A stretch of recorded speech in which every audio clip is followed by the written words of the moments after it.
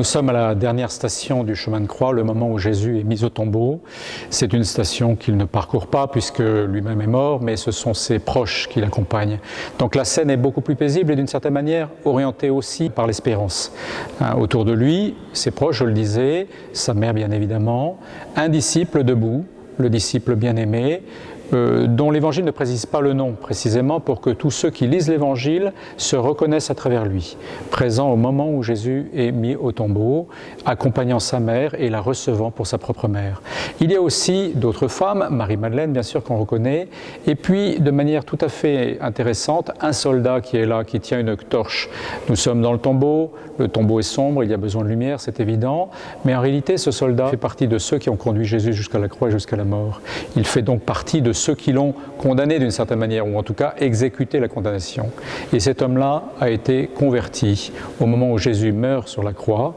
Il le désigne comme le Fils de Dieu, sa présence au tombeau avec cette torche est le signe de ce qui est à venir.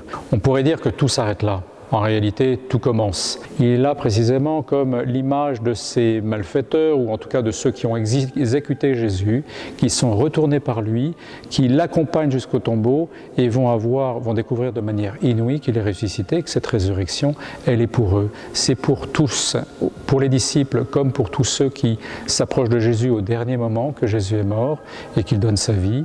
Mais c'est pour eux qu'il est vivant et qu'il leur fait participer à cette vie nouvelle.